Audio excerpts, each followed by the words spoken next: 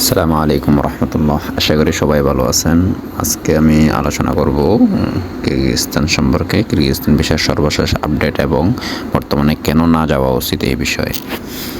তো বর্তমানে কিরগিজস্তান অবস্থা খুবই খারাপ। একজনের সাথে এরকম কথা হয়েছে আপনার,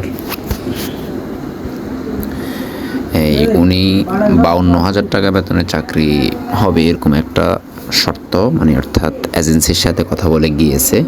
তো দালালের কথায় বিশ্বাস করে উনি জায়গা জমিন সব কিছু বন্ধক দিয়ে গিয়েছিল। তো ওনার ভিসা বাবদ করা হয়েছে 3,20,000 টাকা।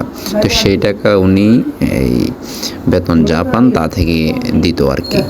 তো এখানে আপনার দালাল তাকে কি করছে, ওখানে যে এজেন্ট রয়েছে কিরগিজস্তানে ওখানে বিক্রি করে দিয়েছে। হ্যাঁ, তো উনি আপনার ওখানের কষ্ট সহ্য করতে না পেরে আপনার ওই এজেন্সি থেকে, অর্থাৎ যেখানে ওনাকে কাজ দিয়েছে ওখান থেকে উনি সরে গিয়েছে।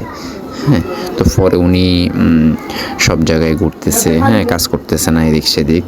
তো পরে কি করছে, ওই ওনারা কয়েকজন মিলে, বাঙালি কয়েকজন মিলে ওনারা সংবাদ সম্মেলন করছে।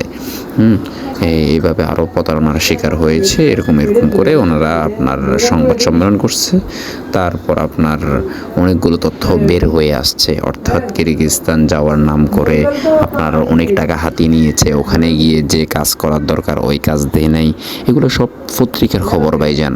তো এই জন্য আমাদের উচিত যাওয়ার আগে আপনার কনফার্ম হয়ে যাওয়া, কার মাধ্যমে যাচ্ছি, কোথায় যাচ্ছি, বেতন কত, কাজ কত।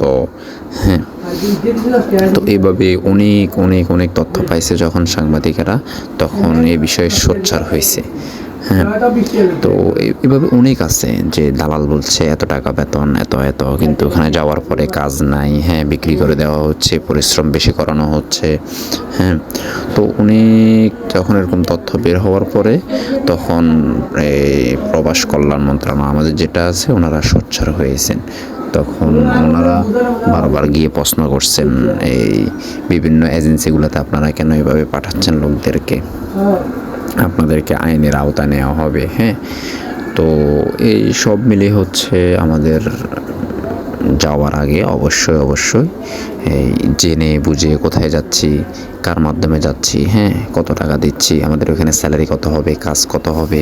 যেহেতু এখন অনলাইনের জব, আপনারা সবাই ইউটিউবে আমার ভিডিও দেখতেছেন, আরও মানুষের ভিডিও দেখবেন, এই জন্য সাবধান।